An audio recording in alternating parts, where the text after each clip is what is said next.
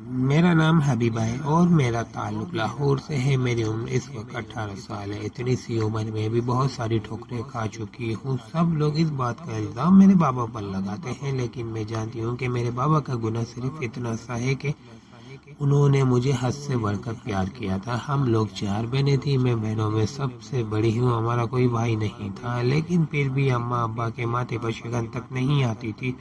وہ دونوں سب سے صرف یہی کہتے تھے کہ بیٹیاں تو اللہ کی رحمت ہوتی ہیں، ان کے ہوتے ہوئے میں کیسے رب کی ناشکری کروں۔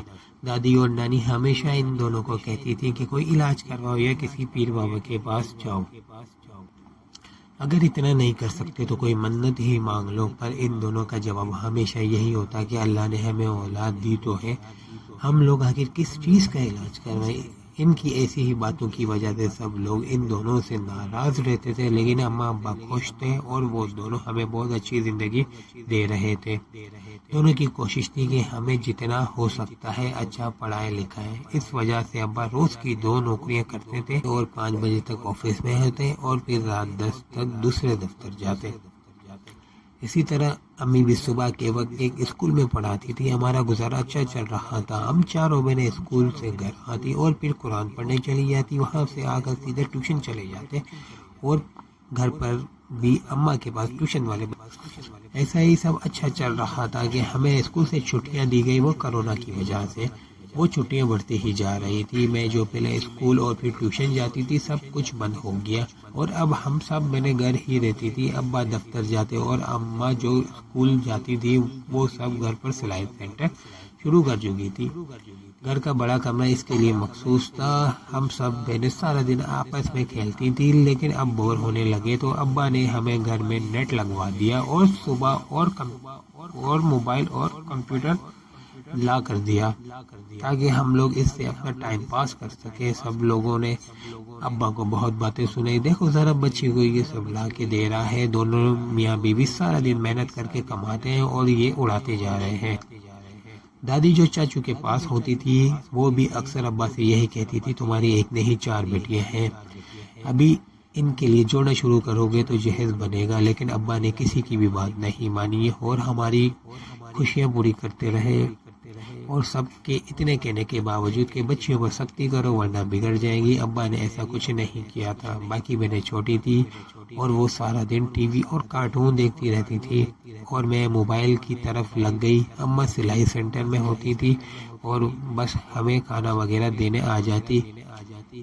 اس طرح ابا بھی مصروف تھے اور میں نے اپنے ٹائم پاس کے لیے social media apps download کر لی۔ اب میں ہر وقت فیس بک، انسٹاگرام اور ٹویٹر چلاتی تھی، گروپ کی ایکٹیو ممبر تھی اور بہت سے لوگ مجھے پسند کرتے تھے۔ ایسا ہی سب اچھا چل رہا تھا کہ مجھے ایک فائز نام کے لڑکے کی فرینڈ ریکویسٹ آئی، جو میں نے بس دل کی مان کر قبول کر لی۔ اس سے میری تھوڑی بہت ہیلو ہائی ہوئی اور پھر یہ سلسلہ لمبا چل نکلا۔ اب ہم دونوں سارا دن اور ساری رات باتیں کرتے تھے۔ گھر پر کوئی ہوتا تو نہیں جو مجھے منع کرتا، اس لیے میں سارا دن لگی رہتی۔ بس جب ابا آتے اور رات کو سب ساتھ بیٹھتے، صرف اس وقت ہماری بات کچھ دیر کے لیے رکتی تھی، ورنہ یہ سلسلہ مسلسل رہتا۔ فائز بھی ہر وقت مجھ سے باتیں کرتا رہتا تھا، یہاں تک کہ وہ باہر جاتے ہوئے بائک پر یا پھر کسی دکان پر بھی کھڑے ہو کر بھی بات کرنے سے باز نہیں آتا تھا۔ یہی بات پسند تھی کہ وہ مجھ سے ایک لمحہ بھی دور نہیں رہ سکتا تھا، اور اب ہم لوگوں میں تصاویر کا تبادلہ بھی ہونے لگا تھا۔ میں خوش تھی کیونکہ وہ ہر وقت میری تعریفیں کرتا رہتا تھا اور دن میں کم از کم 15 دفعہ مجھ سے تصویر بھیجنے کا کہتا۔ میں بڑی حیران تھی، لیکن وہ کہتا کہ مجھے دیکھے بنا اس کا گزارا نہیں ہوتا۔ مجھے بھی وہ بہت پیارا لگتا تھا۔ وہ بہت چھوٹا سا تھا، اس کی عمر مجھ سے صرف 4 یا 5 سال زیادہ تھی۔ میں 13 سال کی تھی اور وہ 18 کا تھا۔ ہم لوگ آپس میں اپنی آنے والی زندگی کے پلان بناتے تھے۔ ایسے ہی دن گزرتے جا رہے تھے کہ فائز نے کہا کہ ہمیں اب شادی کرنی چاہیے۔ میں نے اس سے کہا کہ ابھی ہماری عمر ہی کیا ہے، مجھے کم از کم 20 سال کا ہونا چاہیے اور تمہیں 25 کا، لیکن وہ نہیں مان رہا تھا۔ اسے اب میری یاد بہت زیادہ آتی تھی اور میرے بغیر اس کا گزارا بھی ناممکن تھا، اور وہ کہتا تھا کہ تمہارے بنا مجھے اب سانس بھی نہیں آتی۔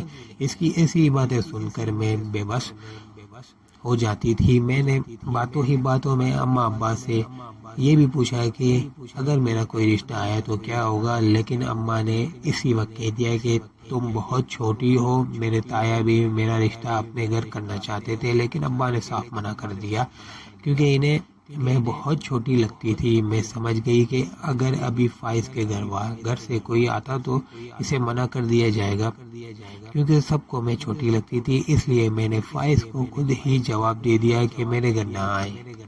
بہت ضد کی، لیکن میں بھی مجبور تھی، کیونکہ اگر وہ ہمارے گھر آتا تو اسے انکار ہی ملتا۔